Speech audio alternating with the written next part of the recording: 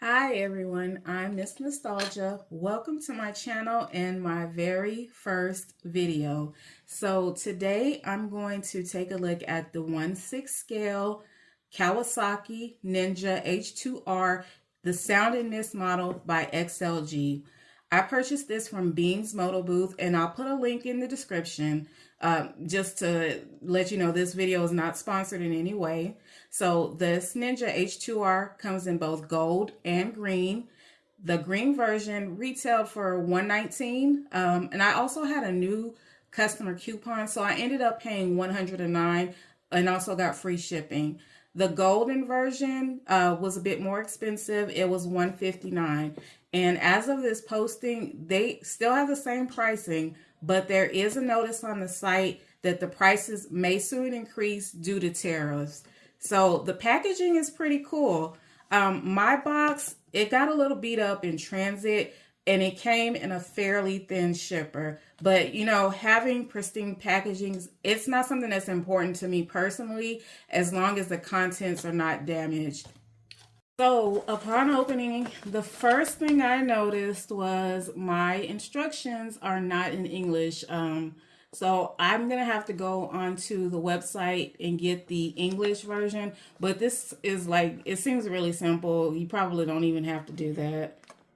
So I'm going to debox everything and let's take a look at it. Okay, guys, I've unboxed it and I've also put the battery pack in here. This is a really cool model. When you turn the light, the key, you get the lights, the headlights, and the tail lights. The kickstand does work. And you're able to turn the handlebars, and both wheels do rotate. Now with the bike on this side, there is a little switch right here, and that's how you turn the ignition. Then on this side, that's how you rev it up, so you can turn it and then turn it back. Let me do it.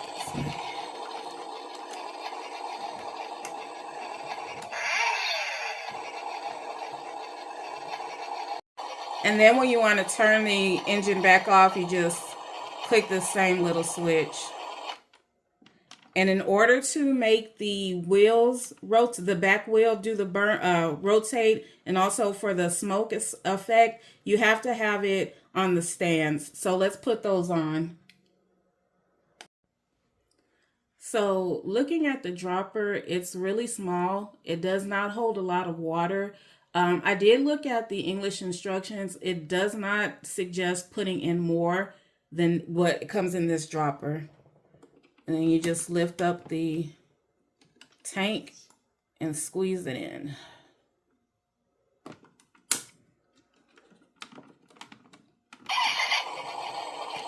So let's see if we can get that going.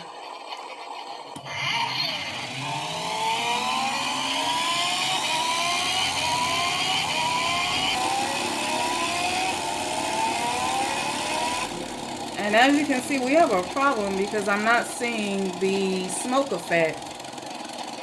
So let me see if I can figure out what's going on. Okay, so while I was trying to get the smoke function working, it didn't do anything. So I had to do a quick search to try to figure out what was going on. HD Miniatures has a really good video posted on a fix to get the smoke function back working. So in your packet, you're going to see these little things. I had no idea what they were. They are filters, and they go into this exhaust system. The reason why the smoke function is not working is not because it's because the filter that's inside here is dried out. So what you'd have to do is carefully, or at your own risk, carefully remove this top part, wet the filter, and then everything should be fine. So let's try to work that out. Okay, as you can see here, I've removed the top. there's this little cover part right here, and I've removed the filter. So what I'm doing now is I'm trying to saturate the filter to see if we can get the smoke function back working. And I'm just I'm using the stopper that comes with it, and I'm just squeezing in a little bit at a time to get that on there.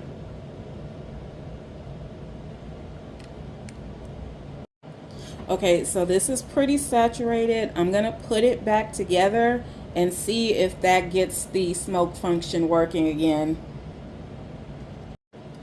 All right, so now I've put the exhaust back together. I'm gonna add just a little bit to the tank, and let's see if we can get that smoke function working.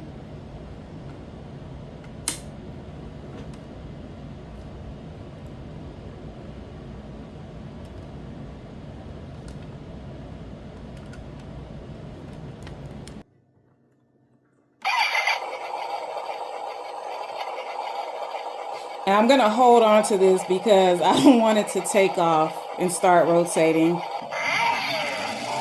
And we have smoke. That's such a cool feature. I'm gonna shut it off now. And it'll continue rotating. It'll stop on its own, or you can just do it yourself. But I don't want to make anything unbalanced. So since my channel will be dedicated to 6-scale finds, let's see how this looks next to some 1/6 scale dolls that I have. So here it is with a standard Barbie, and here she is next to it for scale. And here we have a Speed Racer. Sorry, it's a little bit out of the area, the film area, but it's a bit hard to position them like they should be, just depending on the joints of the doll. But there we have Speed Racer, which is a Ken doll. And here we have Tate Tanaka, which is an Integrity Toys doll. He's about an inch taller than a standard size Ken. As you can see, his knees don't bend in a way for him to be on the bike as it should be, or have his arms stretch out. I think a doll that has a lot of joints would be the best option here, because even with the Barbie, it was a bit difficult in putting her on there. So there you have it. All in all, I think this is a really cool model. It seems sturdy. I did not have any issues from purchasing from Bean's Moto booth. The bike is stationary, unless you vroom it across your floor or whatever. I think it's a good purchase for 6-scale collectors, or people that collect models, or even bike enthusiasts. The drawback, of course, is the issue with the smoke feature not working because the filter dries out. And personally, I don't know how I feel about having to take this off to make sure that it's saturated in order to create that mist.